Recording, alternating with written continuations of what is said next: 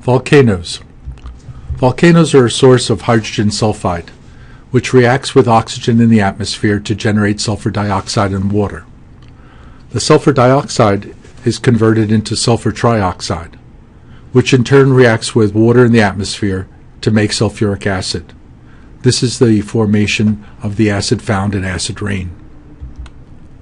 The trapping of heat near the Earth's surface by gases in the atmosphere is the greenhouse effect.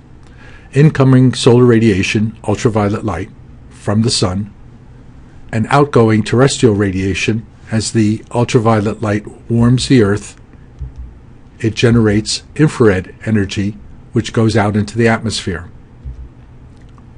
Water reacts with this energy to make excited water. Carbon dioxide reacts with the energy to make excited carbon dioxide molecules.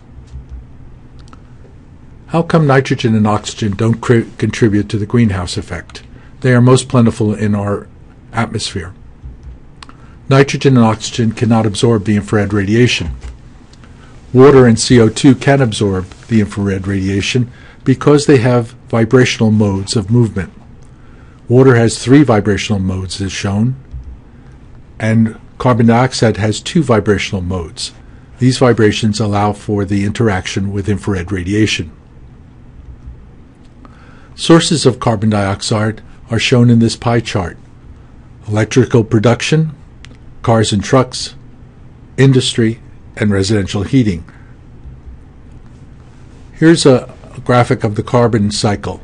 Notice that carbon dioxide is assimilated by plants, removing carbon dioxide from the atmosphere. However, plant respiration, animal respiration, and soil respiration generates carbon dioxide. Notice in this graphic the sharp increase from 1960 to over 2000, the increase in carbon dioxide concentration in Hawaii. This graphic shows the change in global temperature from 1850 to the present. Again, it's clear that at a 5-year average, the Earth is undergoing a global temperature increase. Contribution to global warming is by various greenhouse gases, such as carbon dioxide, the largest one, CFCs, methane, and nitrous oxide. This graphic shows the influence of acid rain and its amounts over the United States.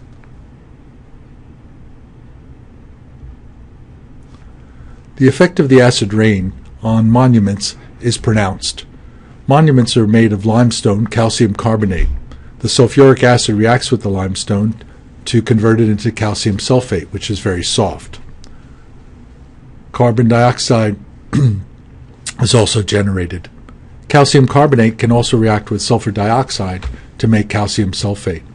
Notice the statue of George Washington and what has happened over the 50 years.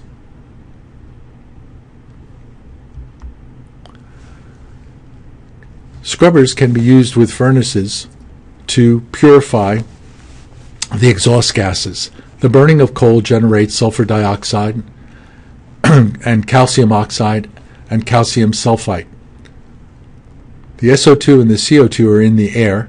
If they're passed through a purification chamber before they're allowed to go up the smokestack, then these materials can be removed, and what comes out of the stack will be mostly CO2 and air. Photochemical smog is formed by the reactions of automobile exhaust in the presence of sunlight. This picture is from Los Angeles. The primary pollutants are nitric oxide and carbon monoxide and unburned hydrocarbons. Secondary pollutants are nitrogen dioxide and ozone. These reactions show what happened to these molecules and how they're generated. Notice the variation with time in the concentration of air pollutants on a smoggy day. Smog, by the way, is simply fog and smoke. Indoor air pollution is also a problem that should be addressed. Naturally occurring in the Earth is uranium, which decays into radium and ultimately to radon. In many places where basements are dug into the earth, there is an increase in radon that permeates into the house. This can be detected by radon detectors. It can be a serious problem, especially if the house is very well insulated.